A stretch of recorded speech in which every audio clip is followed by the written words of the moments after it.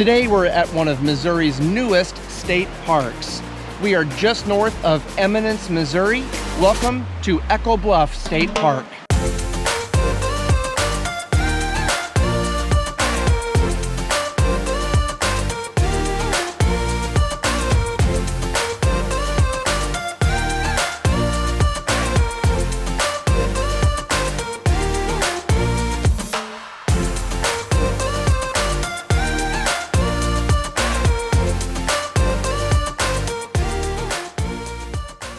There are 3 different types of campsites here at the Timbuktu Campground at Echo Bluff State Park.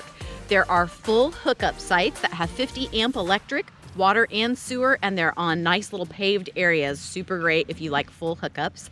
There are also some sites that have electric and water and no sewer hookup.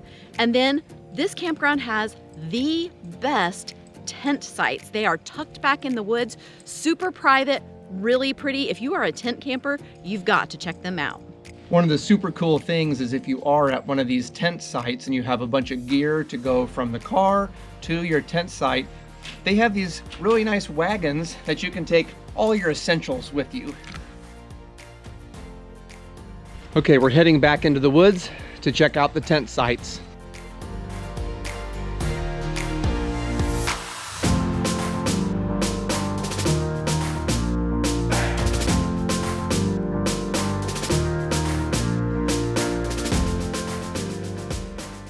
The tent sites here really are incredible. Every site has a wooden platform deck. They have a picnic table, a fire ring, and there's also a space on the ground that's flat for your tent as well. And they are all tucked in the woods like this.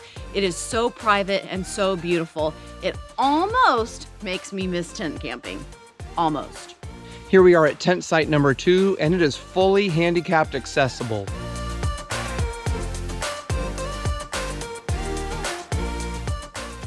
The shower house at the campground is pretty nice. There are 4 showers that are available. They are just, you open the door and you are in the shower space. It's basic but clean. And the restrooms are the same way, basic and clean. Always a handy thing to find at a park when you have a dog. One of the things we just love about this campground is that everything is paved, and that keeps everything so clean. Not only are the roads paved, but the sites are wide and paved, and even the area around the hookups is completely paved, and so it makes it really nice. Most of the sites at this campground are reservable, but there is a row of the electric and water only ones that are not reservable, and they are first come, first serve, so come see if you can get one.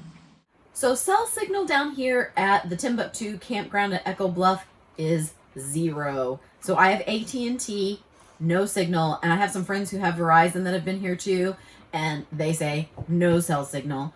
But the good thing is that you have wireless at the campground, and it actually works. We have full, strong wireless signal. I've actually even been able to watch videos on YouTube. We've uploaded movie files, and it has worked perfectly. As far as over-the-air antenna TV, nothing. Again, you're kind of down here in a hollow, so not really access to those things, but if you want to watch a movie, you can always put in some kind of a video. One of the things that's really interesting about this area is that there are wild horses that just roam free, and so occasionally you'll see them right here on the Echo Bluff property. If there's any disadvantage of the campground at Echo Bluff, people would say that there's no shade trees. It is a brand new campground, and they did, when they developed it, they tried to maximize the space, so it's set up very much like an RV park. And, you know, not everybody's favorite thing. But if you're gonna come here, come in the fall. The color is glorious. You don't have to worry about the fact that the shade trees aren't there. And you can't beat the location. You're surrounded by these beautiful fall trees on the hills, and it's spectacular. I love Echo Bluff in the fall.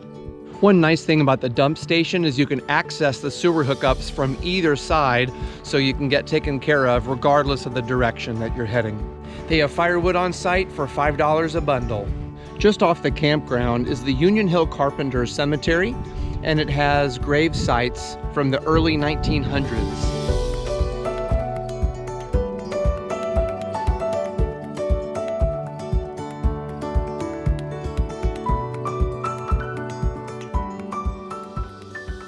Echo Bluff is kind of a special place for Eric and me because we were here on the day that it opened. It's only been open for just a handful of years, and we happened to be on a motorcycle ride the day that it opened, came through here, and actually got to see the governor himself cut the ribbon to open the park.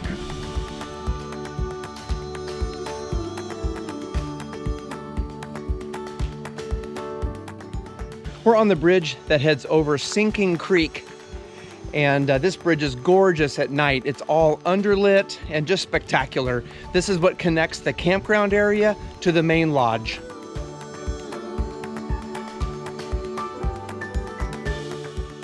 In addition to the rooms in the lodge, they have a series of stacked cabins, and there are also some smaller cabins right next to the lodge, several of which that are pet friendly.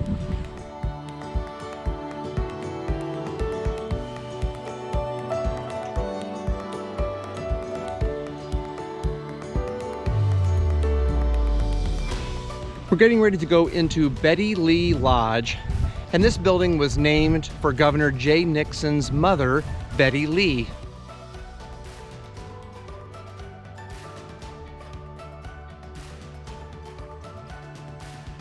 This lobby is such a beautiful place to relax and spend some family time. They even have books and games you can just check out and use.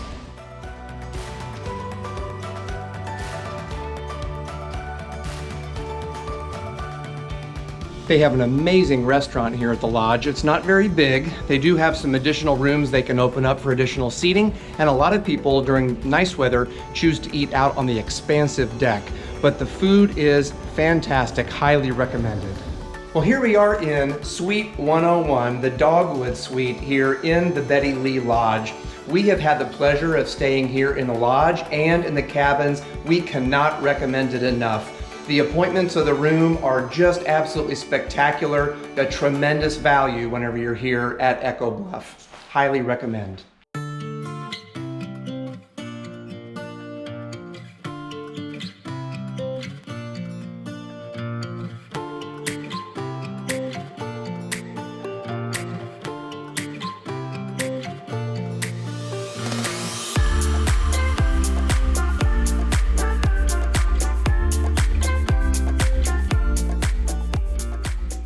Behind us is Sinking Springs Creek, and over many, many years, it created Echo Bluff. And that is the beautiful scene that you can see whenever you're behind Betty Lee Lodge.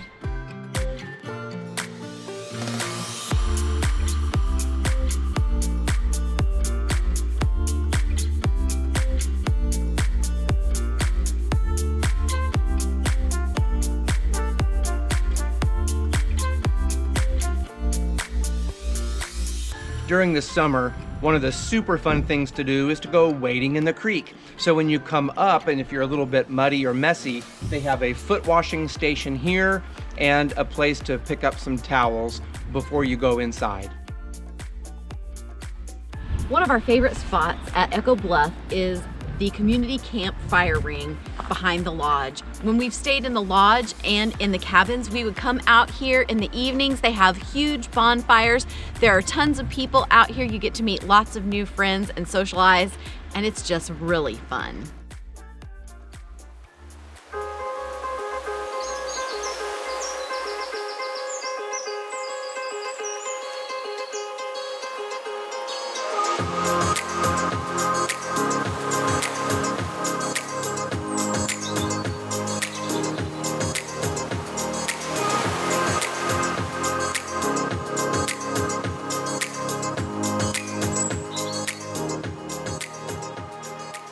One smart thing about the layout of the property is that the day use area is on the opposite side of the lodge from the campground. And that way, any of the traffic and the people that are visiting to use the playground equipment or to see some of the other features on the property have no interference with the campground area. Over in the day use area, there is a really nice amphitheater where oftentimes in the evenings they will show all different kinds of movies, and during the daytime they have lots of neat ranger programs in this area. There's There's not a playground over by the campground area, which some might see as a disadvantage if you have little kids, but there is a fabulous playground over in the day use area, and that way you can have a great walk or bike ride to get here. But I love that it is kind of themed on the area. It's got swings that are actually like a little raft and all kinds of other fun outdoorsy looking playground equipment. There's even a splash pad up at the top that in the summer that has those little water things that squirt up and that little kids can go in and get soaked, or big kids could too. A lot of fun.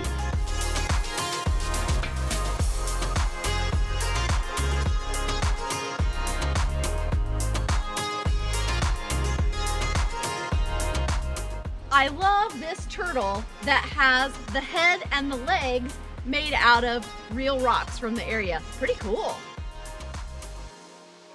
Along the day use area, they do have several reservable shelters, and also they have some restrooms with easy access.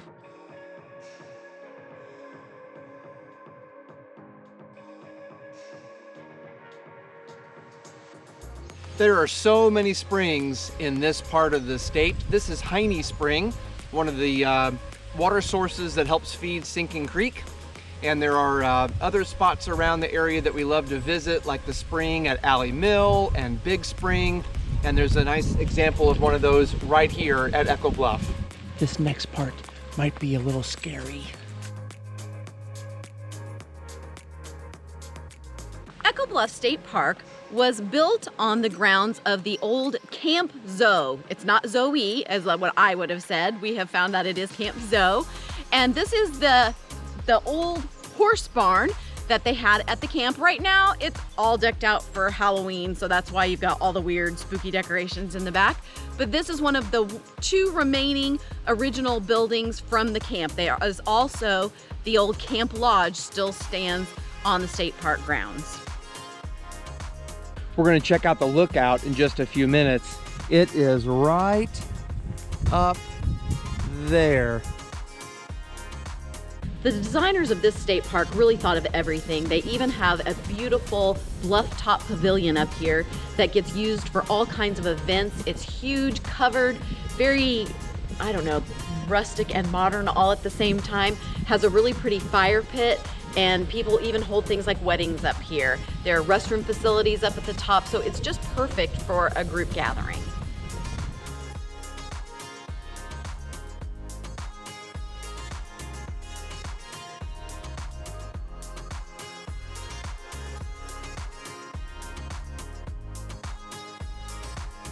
High above the lodge is the overlook, and this is really a cool feature of this state park.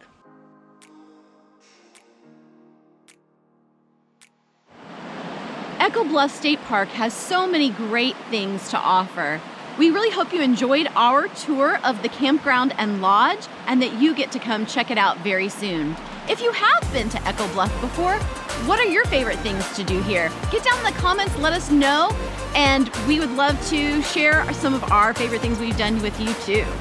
This is one of the great places in Missouri to come explore, so get out there because today is an adventure day.